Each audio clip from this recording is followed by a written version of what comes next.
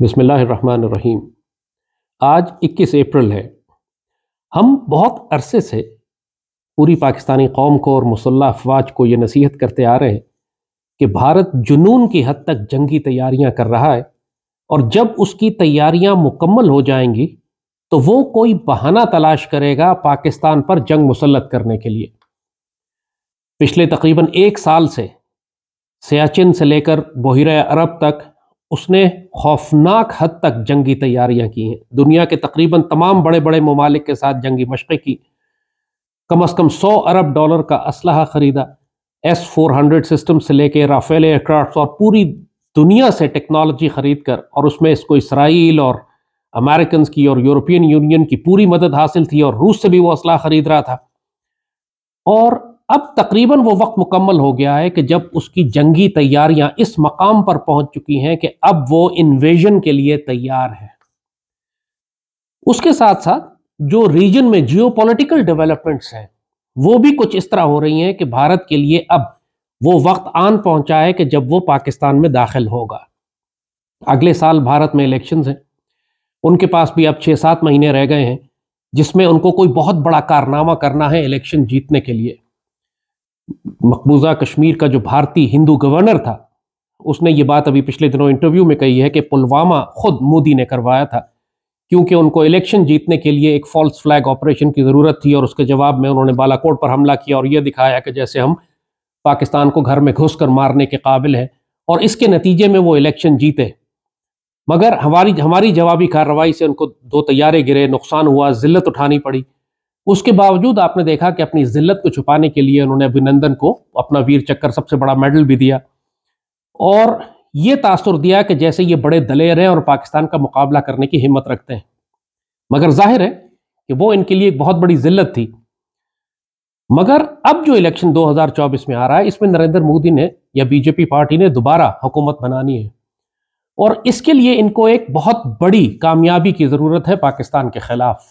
वो कामयाबी अब बालाकोट की तरह सिर्फ अंदर आके बम गिराकर भागने वाली बात नहीं है। अब वो पाकिस्तान के इलाकों पर कब्जा करना चाहते हैं और जो जंगी तैयारियां ये पिछले साल 1.5 साल से कर रहे हैं ये उससे बड़ी हैं जो रूस ने की यूक्रेन पर हमला करने से पहले। यानी इससे अंदाजा कीजिए कि यूक्रेन ने जो जंगी तैयारियां 8-9 महीने की उससे कहीं ज्यादा बड़े पैमाने पर भारत ने जंगी तैयारियां की हैं, डिप्लॉयमेंट की है, एमुनिशन डंपिंग की है, ट्रेनिंग की है, ये रिवर क्रॉसिंग की और एम्फीबियस लैंडिंग्स की और एयरबॉर्न लैंडिंग्स की और बिहाइंड एनिमी लाइंस पैराड्रॉप करने की। कौन सी ऐसी मशक है जो इन्होंने नहीं की दुश्मन की दुनिया की ताकतों के साथ मिलकर। लिहाजा इनके इलेक्शन में भी अब 6-7 महीने 8 महीने इनके पास विंडो है कि जिसमें इन्होंने कोई बड़ी कार्रवाई करनी है। और जाहिर है कि इनका टारगेट जो बहुत अरसे से ये कह रहे हैं वो गिलगित बल्तिस्तान स्कर्दू और वो रीजन्स हैं कि अगर ये उन पे किसी इलाके पर भी अगर 10-50 किलोमीटर का भी एरिया कब्जा कर लेते हैं किसी तरह अंदर घुस के, तो ये इसको अपनी एक बहुत बड़ी कामयाबी के तौर पर पेश करेंगे। मगर मसला इनका यह है कि जब इन्होंने आर्टिकल 370 वायलेट किया कश्मीर में, वो ये समझ रहे थे कि उस वक्त पाकिस्तान कोई ना कोई जंगी कार्रवाई करेगा, शायद एक लिमिटेड वॉर करे मकबूजा कश्मीर में। उससे पहले भी 370 को वायलेट करने से पहले भी इन्होंने बड़ी पैमाने पर जंगी तैयारियां की। फौज को इन्होंने भेजा मकबूजा कश्मीर में, बिल्कुल तैयार थे, वो बिल्कुल बॉर्डर लाइन ऑफ कंट्रोल पे लगे हुए थे। LOC पे झड़पें शुरू कर दी इन्होंने ताकि पाकिस्तान आर्मी को पीछे करके धकेला जा सके, पाकिस्तान आर्मी आगे हमले ना करे। मगर यहाँ पे चूंकि हुकूमत इमरान की थी, शाह महमूद कुरैशी ने बात शुरू करने से ही पहले कह दिया कि war is not an option. Imran ने कहा क्या मैं हमला कर दूं, जो कश्मीरियों की मदद करेगा गद्दारी करेगा, मतलब बाजवा डॉक्ट्राइन। वो जो उस वक्त हुकूमत के सारे एलिमेंट्स थे उन्होंने एक्चुअली अपनी बुजदली और बेगैरती से मोदी को भी हैरान कर दिया।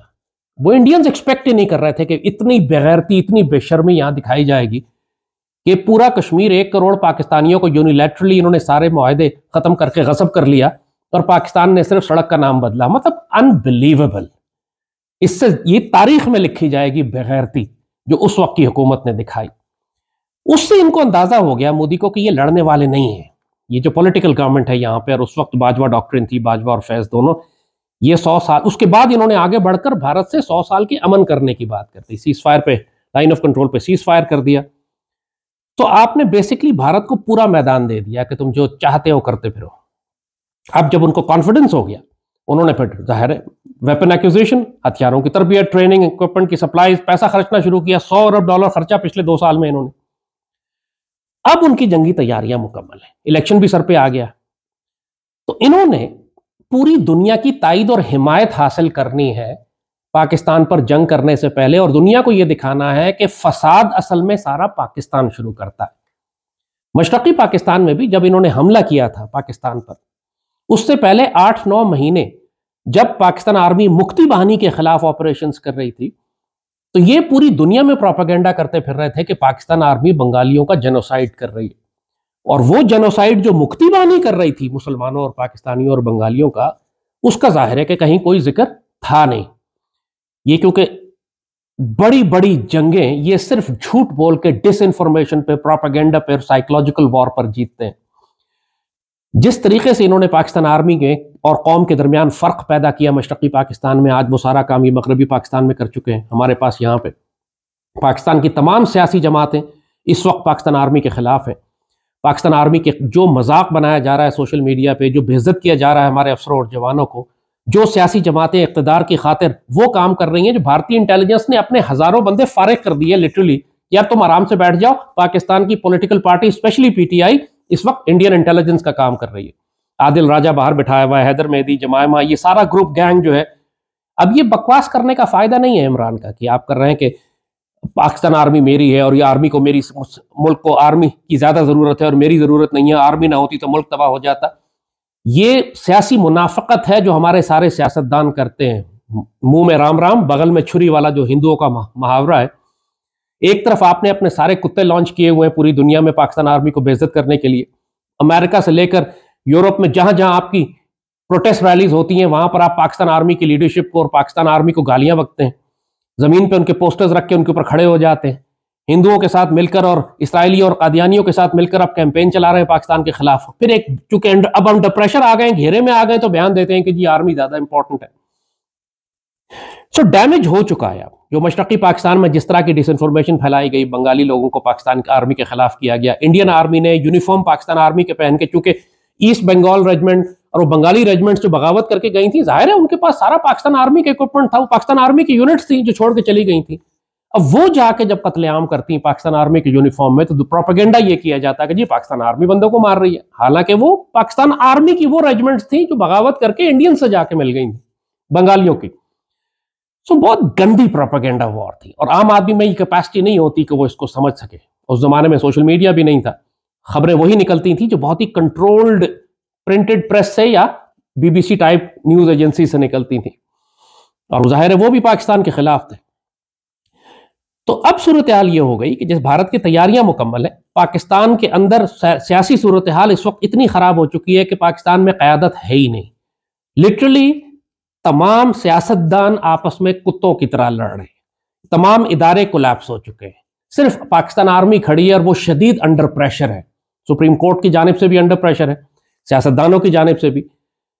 अभी कल परसों सुप्रीम कोर्ट में DG ISI, DGMI, director general military operations और सेक्रेटरी डिफेंस ने जाके चीफ जस्टिस को एग्जैक्टली यही बात समझाई कि जी इंडिया की जंगी तैयारियां बिल्कुल हमारी सरहदों पर हैं, दहशतगर्दी इस वक्त उरूज पे हो चुकी है, हम मगरबी सरहदों पे एक मरतबा फिर हमें जंग करनी पड़ी है, क्योंकि बाजवा डॉक्ट्रिन और इमरान की डॉक्ट्रिन के तहत हजारों दहशतगर्दों को वापस लाकर आबाद कर लिया गया।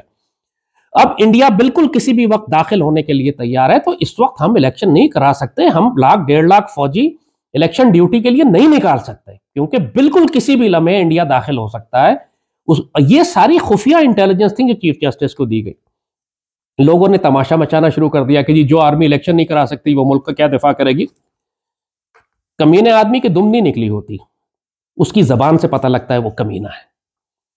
और इन कमीनों ने यही बकवास शुरू कर दी, क्योंकि मैं सारा दिन सोशल मीडिया पे होता हूं, मुझे पता है ये किस किस्म की लैंग्वेज कौन इस्तेमाल कर रहा है, कौन से ग्रुप, कौन सी पॉलिटिकल पार्टी।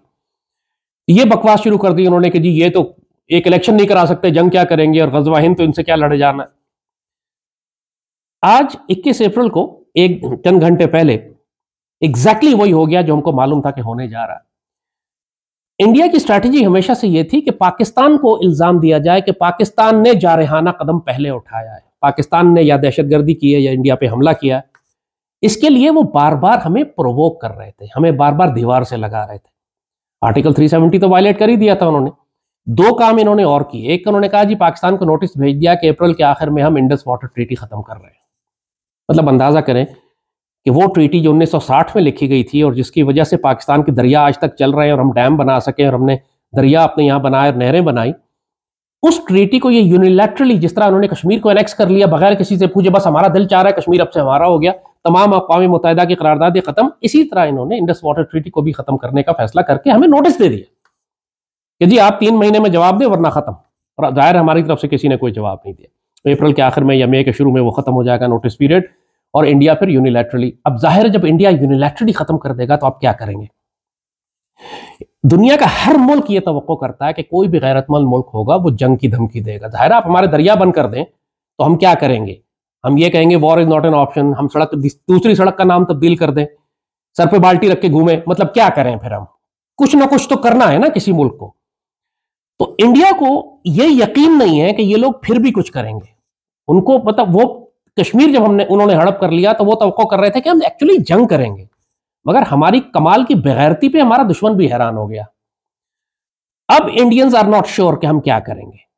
पाकिस्तान की पॉलिटिकल लीडरशिप कंफ्यूज्ड है, पाकिस्तान जंग करेगा नहीं करेगा, भूखा प्यासा मर जाएगा उल्टा गिर के कि जी पानी नहीं आ रहा अब क्या करें, हम रिस्पॉन्स क्या होगा? India is not so sure. लेकिन उसको यह अंदाजा है कि यार ये खुद से कभी भी आगे बढ़कर हमला नहीं करेंगे।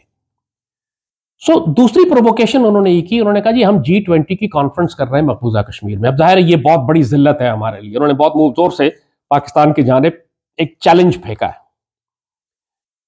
आपने देखा दुनिया के सारे मुल्क जो हैं वो इसराइल से अगर सिफारती ताल्लुकात रखते भी हैं तो अपनी एम्बेसी को तल अवीव में रखते हैं, बैतुल मक़दस शरीफ में नहीं रखते। और इसराइल तो शोर मचा रहा है अपने तमाम दोस्तों से कि अगर तुम हमसे हमारे दोस्त हो तो अपनी एम्बेसी को बैतुल मक़दस में मूव करो। क्यों? क्योंकि बैतुल मक़दस एक डिस्प्यूटेड लैंड है। बैतुल मक़दस शरीफ पे इन्होंने एग्रीमेंट, इंटरनेशनल एग्रीमेंट्स के तहत ये बैतुल मक़दस जो है वो फ़लस्तीनियों को मिलना चाहिए। अगर 2 रियासती सोल्यूशन निकलता भी है जिस तरह अक़वाम मुत्तहिदा की करारदाद कश्मीर पर है, तो बैतुल मक़दस फ़लस्तीनियों के पास जाएगा। इसराइल कहता है नहीं, बैतुल मक़दस को हम अपना कैपिटल बनाएंगे, इसराइल का कैपिटल बनाएंगे।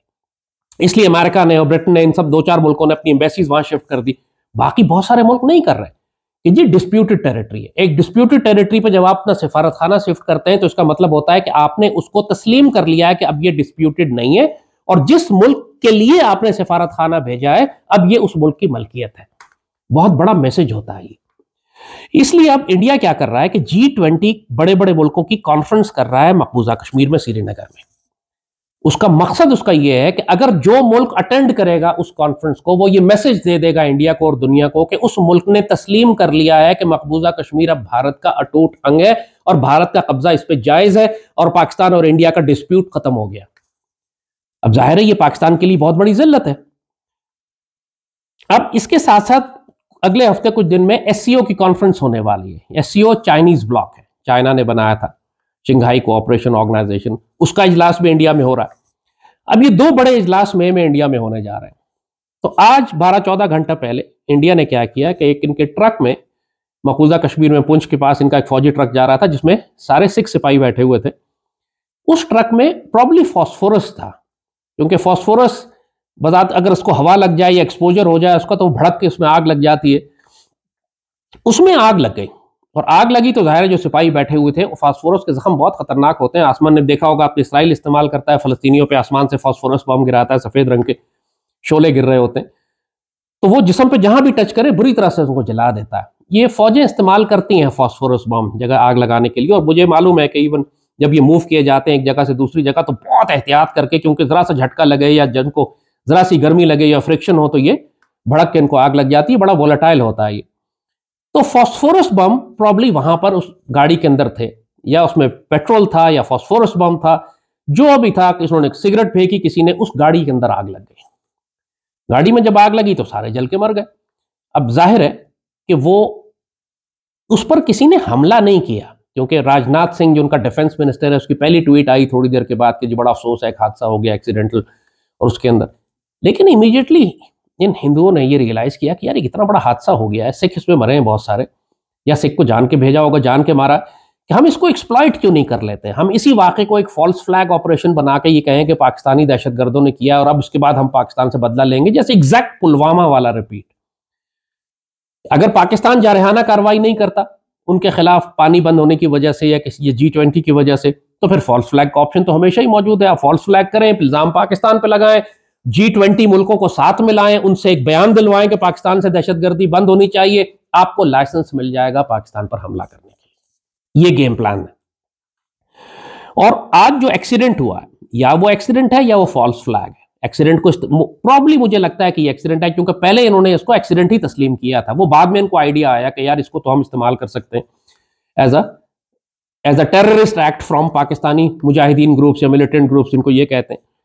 तो इन्होंने एक तूफान खड़ा कर दिया इंडियन मीडिया में कि जी पाकिस्तान से दहशतगर्दी हुई है यहाँ पे और अब हमने इसका जवाब देना है। और साथ साथ आप पूरी दुनिया में जो उनके एसोसिएटेड लिंक्स हैं इसराइलियों के, तो वेस्टर्न इंटेलिजेंस के अंदर, और इन्होंने दुनिया में जो इंडियन डायस्पोरा है, वो सारा एक साथ शुरू हो गया कि जी पाकिस्तान ने दहशतगर्दी की है, हमें इंतकाम लेना है, हमारे 5 सिपाही मार दिए और हम पे हमला करना है और हम जाएंगे। और मरे भी सिख हैं। अब ये प्रोपेगेंडा ये कर रहे हैं कि जी देखें पाकिस्तानियों ने सिख मार दिए क्योंकि इनको खालिस्तान की तहरीक तंग कर रही है। इस तरह ये सिखों और पाकिस्तान के दरमियान भी फर्क डालने की कोशिश कर रहे हैं कि हमारा इत्तेहाद टूटे आपस में। तो एक ही तीर से ये कई शिकार इनको मिल जाएंगे। इनको वो रिक्वायर्ड फॉल्स फ्लैग मिल जाएगा जो इनको चाहिए था, इनको इंटरनेशनल कंडेमनेशन मिल जाएगी कि जी G20 ने और SCO ने पाकिस्तान को कंडेम कर दिया कि जी दहशतगर्दी बहुत बुरी है और पाकिस्तान से दहशतगर्दी नहीं है, पाकिस्तान पे सैंक्शंस लग जाएंगे, FATF आ जाए। ये इतने सारे काम करके फिर ये इंतकाम लेने के नाम पर बालाकोट की तरह पाकिस्तान पर चढ़ दौड़ेंगे। इस दफा ये बालाकोट स्ट्राइक नहीं करेंगे कि आएंगे 2 कवे मार के चले जाएंगे, ऐसा कोई ड्रामा नहीं करना। इस दफा दे रियली मीन बिजनेस। पिछली दफा वो बहुत अचानक इन्होंने किया था कि छोटा सा ऑपरेशन करेंगे। वो ये एक्सपेक्ट नहीं कर रहे थे कि पाकिस्तान रिटेलिएट करेगा या हमारे जहाज मारे जाएंगे। इन्होंने जो प्लानिंग की वो सब उलट गई। मगर अब की दफा दे आर प्लान, इसमें कोई शुबा नहीं है कि इन्होंने बहुत तैयारी की है। They got very well trained army now, they got better equipment, they got more equipment. इन्होंने बहुत इन्वेस्टमेंट की है इसके ऊपर। और अब ये इंटरनेशनल डिप्लोमेसी को साथ मिलाकर और इंटरनेशनल प्रोपेगेंडे को साथ मिलाकर जंग करने के यही 3 एसेट्स होते हैं आपके पास कि आपने प्रोपेगेंडा क्रिएट किया, पहले परसेप्शन क्रिएट की कि जो मेरा दुश्मन है वही दहशतगर्द है, ताकि पूरी दुनिया उसके खिलाफ हो जाए। और दूसरा फिर आप इंटरनेशनल डिप्लोमेसी के जरिए अलायंसेस बनाते हैं, इत्तेहाद बनाते हैं, क्योंकि इन्होंने अपने आप को शामिल किया क्वाड में, अमेरिकन ब्लॉक में, कि चाइना के खिलाफ हम आपके मगरबी ताकतों के साथ खड़े हैं। ऑस्ट्रेलिया के साथ अपने आप को, न्यूजीलैंड के साथ, वेस्टर्न पावर्स के साथ अपने आप को जोड़ा। तो ये कि हम चाइना के खिलाफ महाज बना रहे हैं, चाइना के नाम पर ये असलाह लेते रहे लेकिन सारी डिप्लॉयमेंट उसकी करते रहे पाकिस्तान के खिलाफ।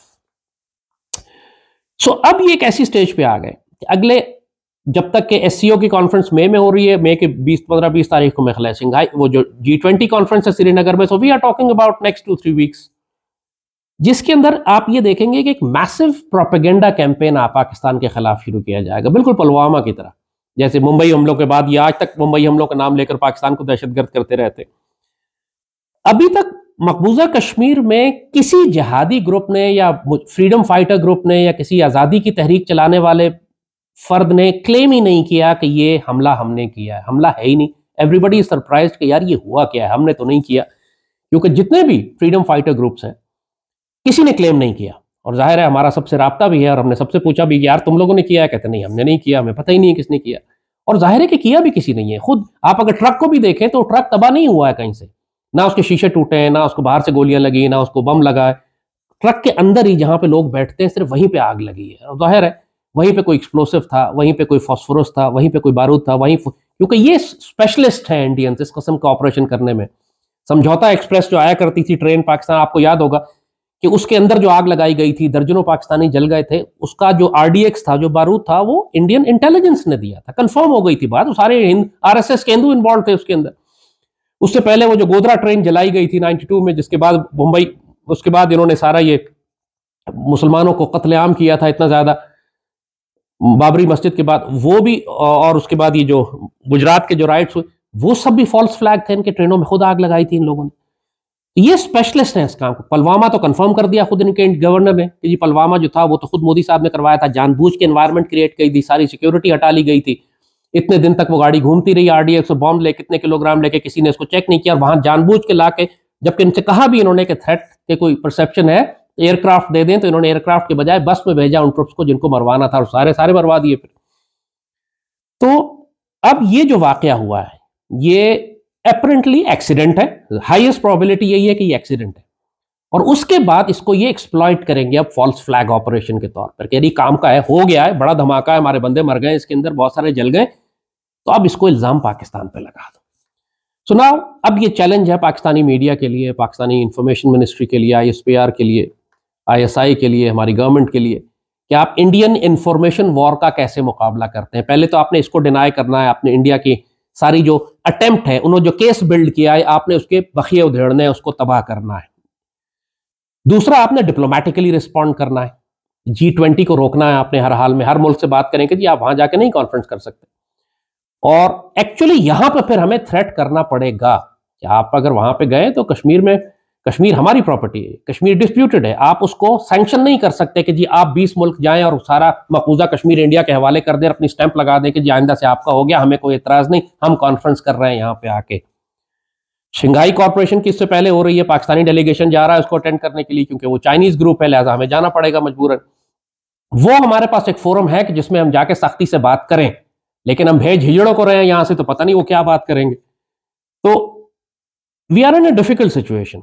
जंग तो हमारे ऊपर आनी है, क्योंकि डिप्लोमेटिकली हम मुकाबला नहीं कर जाना। अब बिलावल जो है वो जानशंकर का मुकाबला नहीं कर सकता है, ख्वाजा आसिफ जो है वो राजनाथ का मुकाबला नहीं कर सकता है, कोई कंपैरिजन ही नहीं है दोनों का। वो हॉक्स है, ये जो है, ये तो I not even call dove, it will be an insult to dove to call them a dove. So we are completely outgunned है, डिप्लोमेटिकली वी आर आउटगन्ड। हमारे पास हथियार ही नहीं है डिप्लोमेटिक जंग लड़ने के लिए। Information warfare, they are powerful again, और हमारे पास हमारी गवर्नमेंट, हमारे रिसोर्सेज, वी आर टोटली, पूरी रियासत इस वक्त सिर्फ सुप्रीम कोर्ट और इलेक्शन और पंजाब इलेक्शन में फंसी हुई है। Nobody is interested. मैं कम से कम 10-12 बड़े मीडिया ग्रुप्स के अंदर हूँ व्हाट्सएप के ऊपर, और हजारों मैसेजेस डेली, जाहिर है उसमें वो पूरे पाकिस्तान के सारे media analyst, anchors, journalist, politicians उन ग्रुप्स के अंदर है। कोई एक फर्द भी इंडिया से उठने वाले थ्रेट्स की बात नहीं करता। Can you imagine this? मैं धड़ाधड़ उन ग्रुप्स में पोस्ट कर रहा होता हूं कि इंडिया की मिलिट्री डिप्लॉयमेंट ये है, प्रिपरेशन ये है, उन्होंने बयानात ये दिए हैं, और वो ये हमला कर रहे हैं, और ये फॉल्स फ्लैग हो गया, और ये प्रिपरेशन है, और ये जंगी तैयारियां। एक भी कमेंट पूरे पाकिस्तानी मीडिया या पॉलिटिशियंस की तरफ से नहीं आता, बल्कि मुझे ग्रुप से निकाल देते हैं लोग ये कहकर कि जी आप चूरन बेच रहे हैं, आप बिला वजह इलेक्शन रुकवाने के लिए हमारी तवज्जो भारत की जानिब कर रहे हैं कि भारत हमला करने वाला है। मतलब वही मैंने कहा ना कि कमीने आदमी की दुमनी निकली होती है, उसकी हरकतों से पता लगता है वो कमीना और बेवकूफ और जाहिल है। So this is where we stand. ये हम आपको लेटेस्ट एनालिसिस कर दिया है, क्योंकि 12 घंटे में पिछले सूरत हाल बहुत तब्दील हो गई है। उस ट्रक को आग लगने के बाद जिसमें 4-5 सिख सिपाही जल के मर गए और कुछ भारतीय और जख्मी हुए, और जो हवा तब्दील हुई है, मैंने कहा शुरू में हम उसको देख रहे थे तो उन्होंने कहा जी एक्सीडेंट है, तो हम बड़े गौर से देख रहे थे कि अभी तो एक्सीडेंट क्या है, थोड़ी देर में क्या होता है, और एकदम हवा तब्दील हुई, उन्होंने उसको पाकिस्तान की तरफ से दहशतगर्दी करार दे दिया, और अचानक ही पूरी दुनिया से फिर आवाजें उठना शुरू हो गई कि जी पाकिस्तान पर हमला करो, और GHQ पे हमला करो, और पाकिस्तान एक टेरर ऑर्गेनाइजेशन है, टेरर एंटरप्राइज है, वगैरह वगैरह, वो स्टैंडर्ड लफ्ज जो ये हमेशा इस्तेमाल करते हैं। So now it's a challenge for Pakistani nation. आपने कैसे रिस्पॉन्ड करना है? अगले 10-15 दिन इस टेम्पो को बिल्ड करेंगे SCO तक। SCO के बाद शंघाई है, उसके SCO के बाद वो G20 है, उस G20 को करेंगे।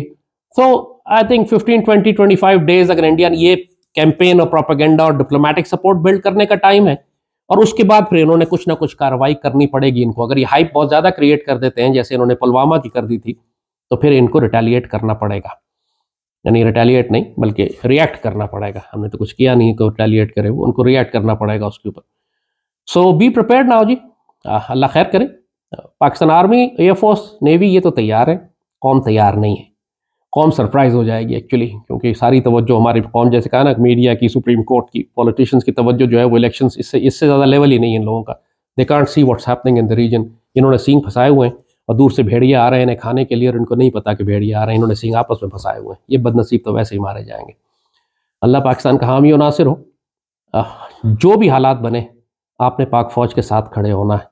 मुश्किल वक्त आने वाला है, आज नहीं, 1 महीने बाद नहीं, 2 महीने बाद नहीं, किसी भी वक्त, एनी टाइम। हम एक्चुअली हम उस पीरियड में दाखिल हो चुके हैं। हमारा जो टाइमर है वो अब वो टिक टिक टिक टिक शुरू कर दिया है उसने, उल्टा काउंटर चल रहा है हमारा। किसी भी वक्त भारत दाखिल हो सकता है। मैंने कहा 15 दिन, 20 दिन, 1 महीना, 2 महीना। उनका इलेक्शन 2024 में, उनके इलेक्शन में 6-8 महीने, उससे तो लाजमन पहले वो आएंगे। लेकिन अभी जो उन्होंने हाइप क्रिएट कर दी है और जो इन्वायरमेंट बिल्ड कर रहे हैं, उससे लगता यही है कि 2-2.5 महीने के अंदर कोई बहुत बड़ी कार्रवाई हो जाएगी, शायद उससे बहुत पहले। 2-2.5 महीने तो मैं ज़्यादा बोल रहा हूँ।